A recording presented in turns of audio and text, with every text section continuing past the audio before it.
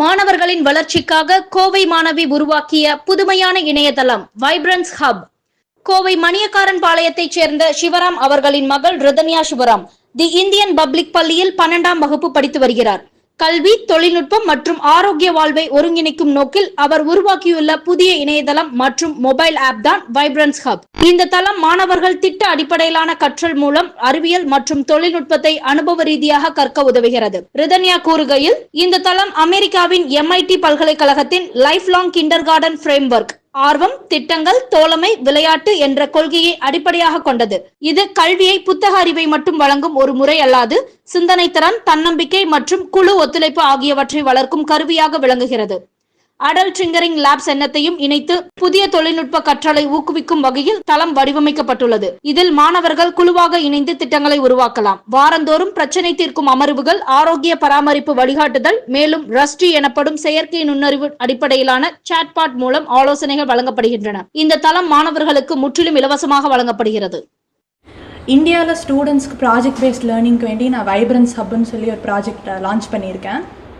இதில் வந்து மேக்கர் எஜுகேஷன்னு சொல்லி வெறும் புக்ஸில் படிக்கிறது மட்டும் இல்லாமல் அதை நாலேஜை வந்துட்டு அப்ளை பண்ணி ப்ராஜெக்ட் பேஸ்ட் லேர்னிங்காக இதை பண்ணியிருக்கேன். கூடவே இது பியர் கொலாபரேஷன் அப்புறம் வெல்பீயிங் சப்போர்ட்டும் இந்த பிளாட்ஃபார்மில் ஆஃபர் பண்ணுறோம்.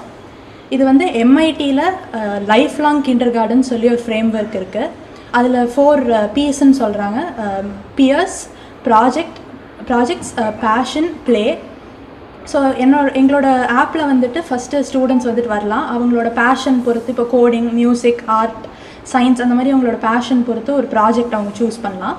அந்த ப்ராஜெக்ட் அவங்களுக்கு வேணுங்கிறப்படி பண்ணலாம். அது பண்ணும்போது இன்கேஸ் அவங்க ஸ்டக் ஆகிட்டாங்க, இல்லை அவங்களுக்கு அதை வேறு யாருக்கிட்டையாவது டிஸ்கஸ் பண்ணோம் அப்படின்னா சப்போர்ட்டுக்காக பியர்ஸ் இருக்காங்க. அந்த பியர்ஸ் நாங்கள் பியர் பார்ட்ஸ்ன்னு சொல்லி ஒரு 4-5 ஃப்ரெண்ட்ஸ் கூட அவங்க டிஸ்கஸ் பண்ணி பண்ணுற மாதிரி பியர் பார்ட்ஸ் வச்சுருக்கோம். இதோட மெயின் இன்டென்ஷன் என்னென்னா, லேர்னிங் வந்துட்டு ஃபன்னாக இருக்கணும். லேர்னிங்கில் இருக்கிற ஒரு ஸ்ட்ரெஸ்ஃபுல்லாக ஆங்ஷியஸ் ஆகிற மாதிரி இல்லாமல் ஃபன் அண்ட் ப்ளேஃபுல்லாக இருக்கணுங்கிற வேண்டி தான் இதை டிசைன் பண்ணியிருக்கோம். நாங்கள் ஸ்டூடெண்ட்ஸ் எந்த அளவுக்கு ப்ராஜெக்ட்ஸ் பண்ணுறாங்க, எந்த அளவுக்கு அப்ளை பண்ணுற மாதிரி லேர்னிங் அப்ளை பண்ணுறாங்கிறதையும் ட்ராக் பண்ணுறோம். கூடவே அவங்களோட ஸ்ட்ரெஸ் லெவல்ஸ், அவங்களோட ஸ்லீப்பு, நியூட்ரிஷன், அந்த மாதிரி வெல்னஸ் ரிலேட்டட், ஹெல்த் ரிலேட்டடையும் ட்ராக் பண்ணுறோம். ஸோ ஹோலிஸ்டிக் க்ரோத் வந்துட்டு ஸ்டூடெண்ட்ஸுக்கு வேணுங்கிறதுக்கு வேண்டி தான் இந்த பிளாட்ஃபார்ம் டிசைன் பண்ணியிருக்கோம்.